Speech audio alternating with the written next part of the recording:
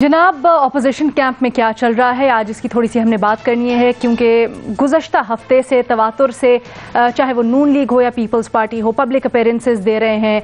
हमने आज देखा बिलावल भुट्टो ज़रदारी ने कराची का दौरा किया, फिर कुछ प्रेस कॉन्फ्रेंसेस भी हुई। पीडीएम का 29 अगस्त को जलसा होना है, उसकी भी तैयारियां हैं। शहबाज शरीफ खुद आएंगे लीड करने के लिए कराची।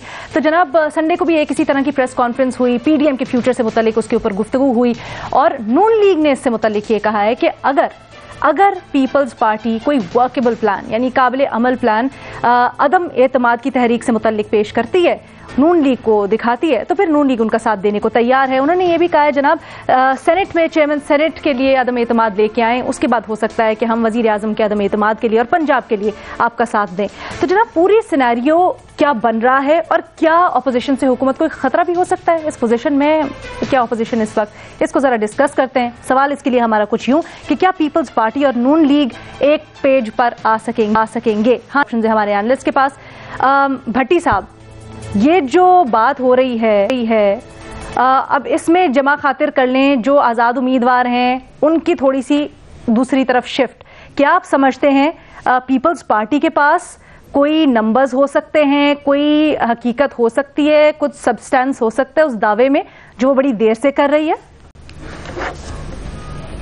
पहले तो आपको मुबारकबाद और आपको सलाम कि आपने जिस सनसनीखेजी से चंद चीज़ें बताई कि अपोजिशन कैंप में क्या चल रहा है।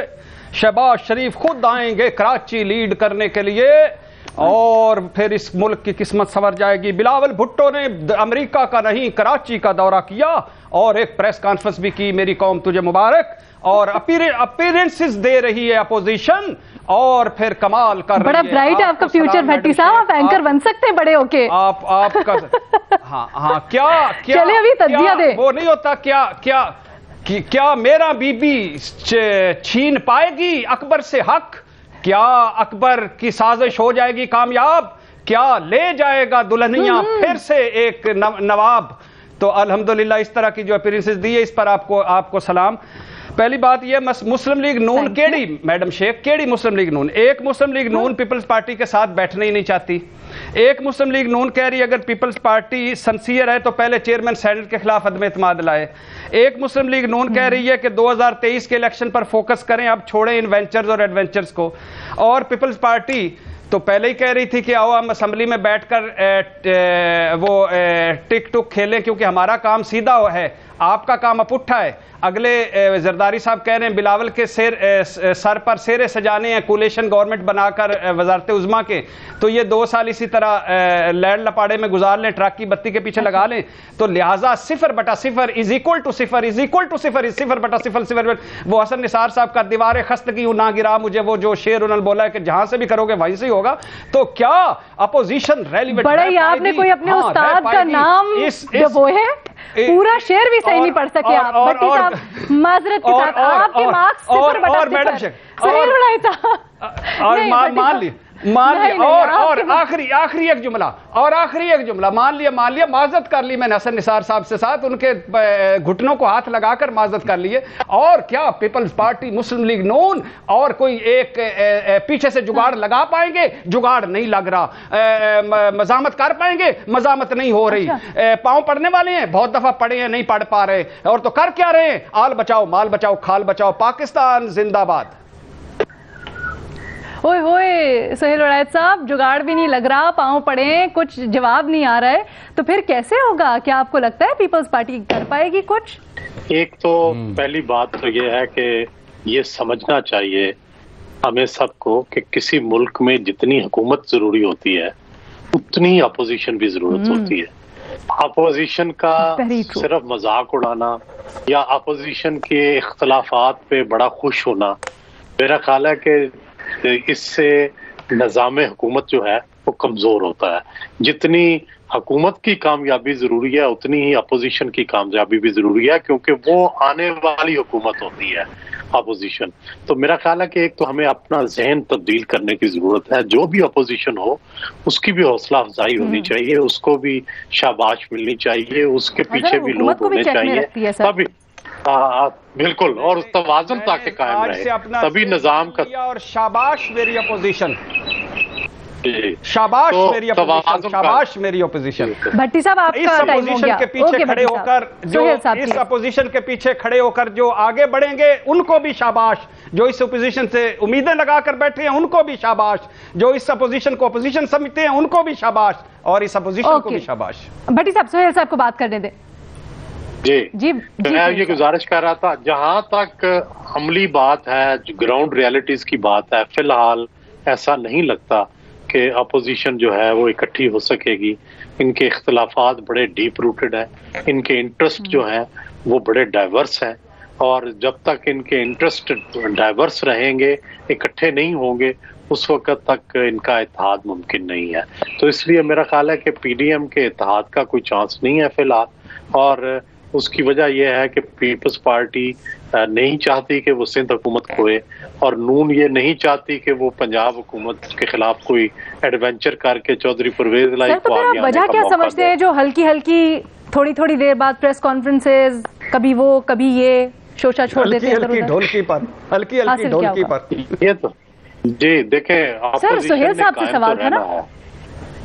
जी अपोजिशन ने कायम तो रहना है और रहना चाहिए, और उसकी इस निज़ाम को ज़रूरत है, इस सारे फलसफाए ज़िंदगी जो है जिसके मुताबिक ये इंतखाबात है, ये जमहूरियत है, ये हुकूमत है, उसके तहत अपोजिशन भी ज़रूरी है। तो हमें ये समझना चाहिए कि एक वक्त आएगा कि जब अपोजिशन को ये एहसास होगा कि अगर उन्होंने पीटीआई का मुकाबला करना है तो उन्हें इकट्ठा होना चाहिए। वो वक्त होगा कि जब शायद ये आपस में हाथ मिलाएं और इकट्ठे बनने की, इकट्ठे आगे नजर आ रही ना पार्टीज की भी। जी अभी बड़ी कंफ्यूजन नजर आ रही है। अर्ज किया अभी तो मैंने अर्ज किया कि अभी ऐसा नहीं लगता, और अभी अलग अलग जो ग्रुप्स हैं उनमें ही रहेंगे और अपनी अपनी जिद्दोजहद करेंगे। अच्छा मैडम शेख, जवाब मेरा भी नहीं में है, जवाब सोहेल साहब का भी नहीं में है। वो मैं जीटी रोड खड्डों में गया हूँ, वो जरा मोटरवे से गए हैं, और वो जरा अल्फाज में उनके हमेशा बड़े अच्छे होते हैं। तो सर वो जल्दी पहुंच गए हैं, दैट्स व्हाट मैटर्स। नहीं वो जल्दी पहुंच गए हैं। मैं रास्ते में उनका मैं जरा फेरा रुक गया था। सर नहीं रुकना चाहिए था, गैर जरूरी तौर पर एहतियात किया करें। हसन निसार साहब। ठीक है मैडम शेख, ठीक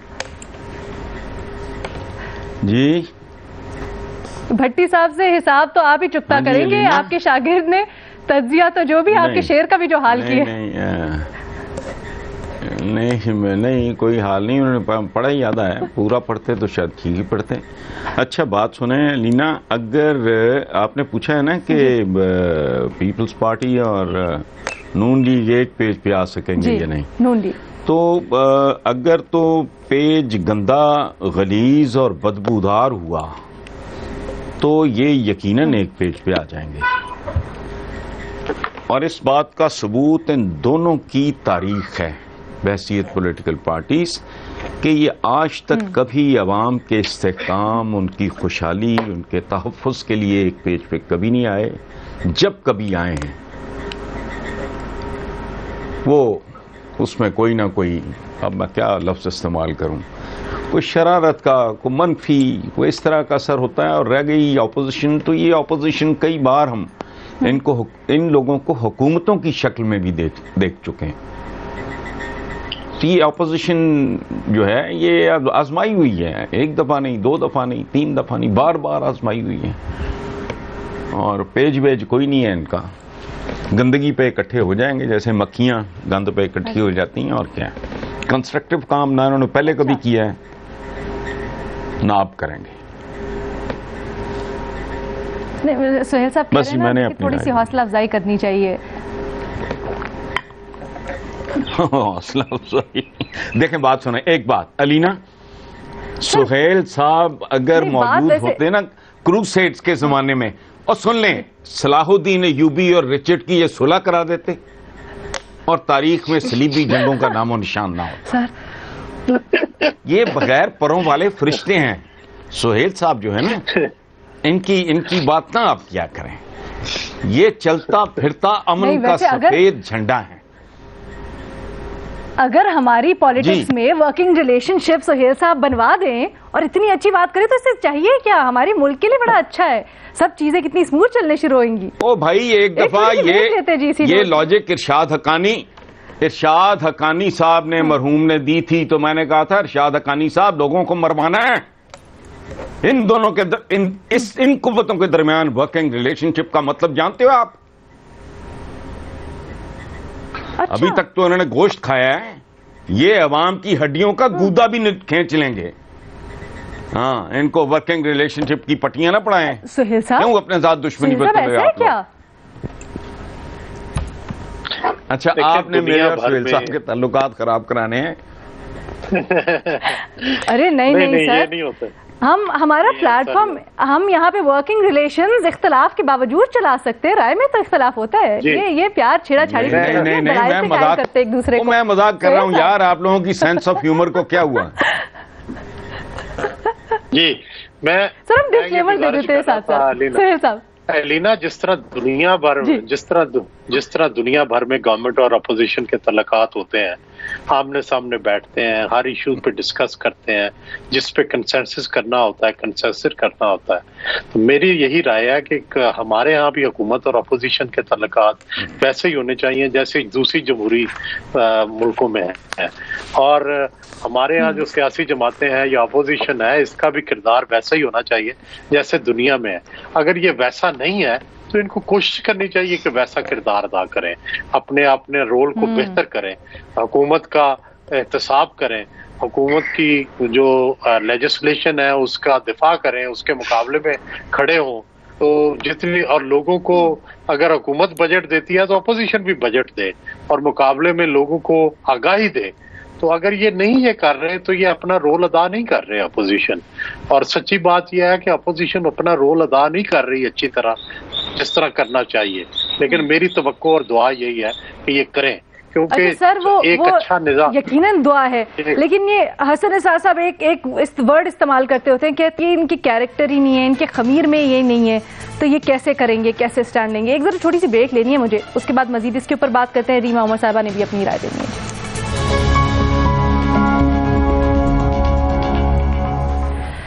हम जो अपोजिशन के किरदार के ऊपर बात कर रहे हैं, क्या हुकूमत को ये खतरा देने की पोजीशन में है, टफ टाइम देने की पोजीशन में? रीमा, आपकी क्या राय है? और क्या इस वक्त आप ये समझती हैं कि अलग-अलग रह के बेहतर अपोजिशन कर रही है, या कोई अलायंस साथ होना भी चाहिए, वो भी जरूरी है, या ठीक चल रहा है? अलीना, तीन थोड़े स्पेसिफिक पॉइंट्स। पहला तो ये कि आयर रहमान साहब ने MRD के बारे में 1980s में उनकी जो तहरीरें हैं वो बहुत खूबसूरत हैं और अभी तक बहुत मानीखेज हैं। उन्होंने MRD के बारे में लिखा था 3 चीजें जो मुझे अभी भी लगता है बहुत रेलिवेंट हैं।